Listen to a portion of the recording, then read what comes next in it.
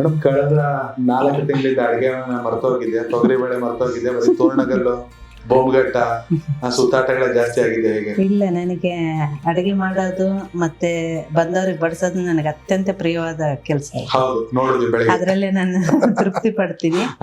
ಆದ್ರೂ ನನ್ನ ಮಕ್ಕಳು ಮತ್ತೆ ನಮ್ಮ ಮನೆಯವರು ನನ್ನ ಅಡಿಗೆ ಮಿಸ್ ಮಾಡ್ಕೊಂತಿರ್ತಾರೆ. ಆದ್ರೂ ನನ್ಗೆ ಯಾವಾಗ ಸಮಯ ಸಿಗುತ್ತೆ ಅದನ್ನ ಮಾತ್ರ ನಾನು ಮಿಸ್ ಮಾಡಲ್ಲ. ನನ್ನ ಮಕ್ಕಳಿಗೆ ಮತ್ತೆ ನಮ್ಮ ಮನೆಯವರಿಗೆ ಮತ್ತೆ ನನ್ನ ಫ್ರೆಂಡ್ಸ್ಗೆ, ಆಮೇಲೆ ನಮ್ಮ ಮನೆಗೆ ಬಂದು ಎಲ್ಲ ಬಂಧು ಬಳಗದವ್ರು ಕೂಡ ಕೇಳ್ತಿರ್ತಾರೆ. ಎಲ್ಲರೂ ಕೇಳ್ತಿರ್ತಾರೆ, ಇಲ್ಲ ನಿನ್ನ ಅಡಿಗೆ ನಾವು ಬಹಳ ಮಿಸ್ ಮಾಡ್ಕೊಂತೀವಿ ಅಂತ.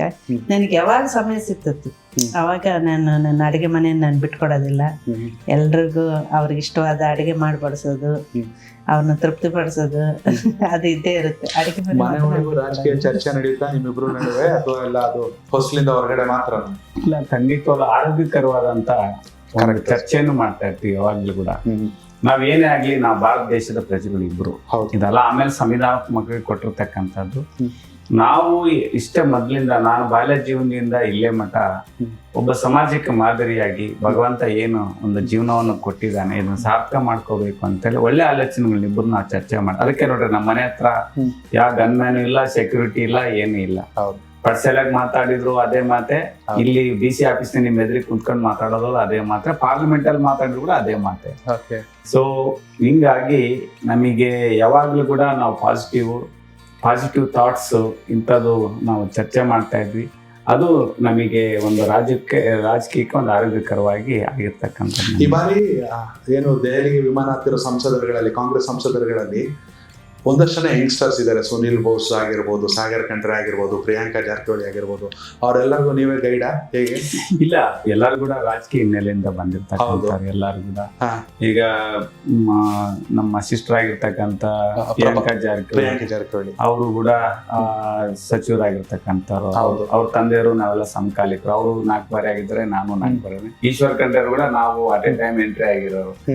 ಸೊ ಹಿಂಗಾಗಿ ರಾಜಕೀಯ ಹಿನ್ನೆಲೆ ಇರೋದ್ರಿಂದ ಸೇಮ್ ಹೆಂಗೆ ನಮ್ಮ ಪೂರ್ಣ ಅವರು ಹೆಂಗ್ ಬಂದ್ರಲ್ಲ ಹಂಗೆ ಸ್ವಲ್ಪ ಹಿನ್ನೆಲೆಯಿಂದ ಇರೋದ್ರಿಂದ ನಮ್ಮ ರಾಜ್ಯಕ್ಕೆ, ನಮ್ಮ ದೇಶಕ್ಕೆ, ನಮ್ಮ ಇದಕ್ಕೇನಿದೆ ಅಂತೆಲ್ಲ ಒಂಥರ ಡಿಸ್ಕಸ್ ಮಾಡ್ಕೊಂಡ್ಬಿಟ್ಟು ನಾವೆಲ್ಲರೂ ಕೂಡ ಪಾರ್ಲಿಮೆಂಟ್ ಅಲ್ಲಿ ನಾವು ಪಾರ್ಟಿಸಿಪೇಟ್ ಮಾಡ್ತಾ ಇದ್ದೀವಿ. ಮೇಡಮ್, ಇನ್ನೊಂದು ಪ್ರಶ್ನೆ ಕೇಳಬೇಕನ್ನಿಸ್ತು. ಮಾಜಿ ಮುಖ್ಯಮಂತ್ರಿಗಳ ಮಕ್ಕಳೇ ಗೆಲ್ಲಕ್ಕೆ ಆಗ್ತಾ ಇಲ್ಲ. ರಾಜಕೀಯ ತುಂಬಾ ಬದಲಾಗೋಗಿದೆ. ನೀವು ಶುರು ಮಾಡಿದ ದಿನದ ರಾಜಕೀಯಕ್ಕೂ ಇವತ್ತಿನ ರಾಜಕೀಯಕ್ಕೂ ತುಂಬಾ ವ್ಯತ್ಯಾಸ ಇದೆ. ಮನೇಲಿ ಇಬ್ರಿಗೂ ಕೂಡ ಅಧಿಕಾರ ಇದೆ. ಎಷ್ಟು ಬ್ಲೆಸ್ಡ್ ಅನ್ಕೋತೀರಾ ನೀವು? ನಿಜವಾಗ್ಲೂ ಬ್ಲೆಸ್ಡ್. ಇವತ್ತು ಕೋಟ್ಯಾನುಗಟ್ಲೆ ಕೋಟ್ಯಾಧೀಶ್ವರ ಶ್ರೀಮಂತರು ಇವತ್ತು ರಾಜಕೀಯದಾಗ ಅವರ ಒಂದು ಅಸ್ತಿತ್ವ ಕಂಡ್ಕೊಳಕ್ ಆಗದೆ ಇರ್ತಕ್ಕಂಥ ದಿನಮಾನಗಳು ಇವತ್ತು.